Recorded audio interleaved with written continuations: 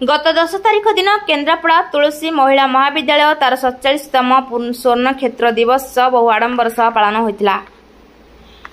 जो कार्यक्रम में केन्द्रापड़ा सांसद बैजयंत पंडा मुख्य अतिथि भाव जोगदेवा सह बहु बीजेपी नेता माने मंचासीन होते। मात्र यह सहजरे ग्रहण करि जिला बीजेडी सभापति शिव प्रसाद भोल।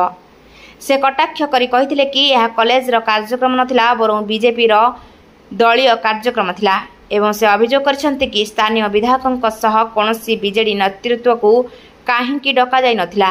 ए बाबद रे आमे भेटिथिलु कॉलेज रो अध्यक्ष को। आसंतु सुनिबा कोन कहउछन्ती अध्यक्ष। मु डॉक्टर मधुचरण नायक अध्यक्ष तुलसी महिला महाविद्यालय। तुलसी महाविद्यालय किछि दिन पूर्व वार्षिक उत्सव अनुष्ठित होता।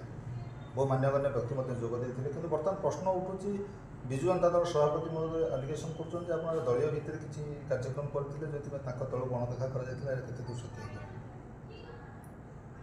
प्रथम कथा मु समस्त को केन्द्रापड़ा बासिंदा को अनुरोध करी शिक्षानुष्ठान को नहीं राजनीति न करने मिछ कथा कही कौन अनुष्ठान को बदनाम न करने मुझे कही रखे आमर 47तम स्वर्णक्षेत्र दिवस महाविद्यालय 10 तारिख 10 अगस्ट रे आम पालन करिछु।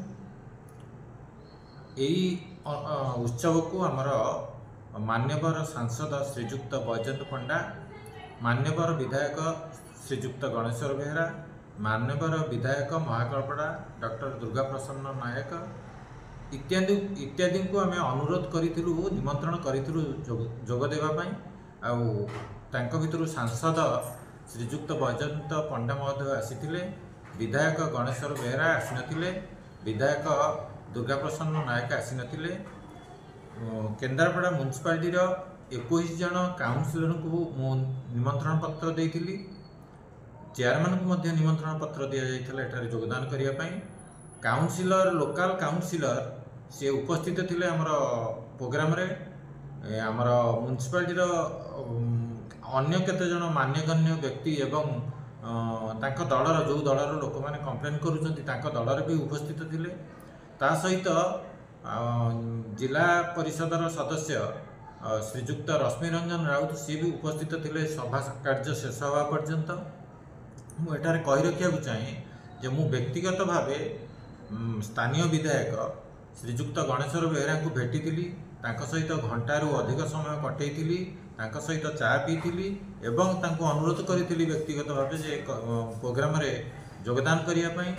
आ पूर्व से कॉलेज आसी कॉलेजर विकास रे तांकर योगदान रखापी से प्रतिश्रुतिबद्ध अच्छा बोली कही से दिन भी मत से कही से दिन विधायकों को आम आमर कॉलेजर बहुत स्टाफ रही शेष पर्यंत रही आम स्वागत करूँ एवं से दिन खुशी भी सी एठू जाइए।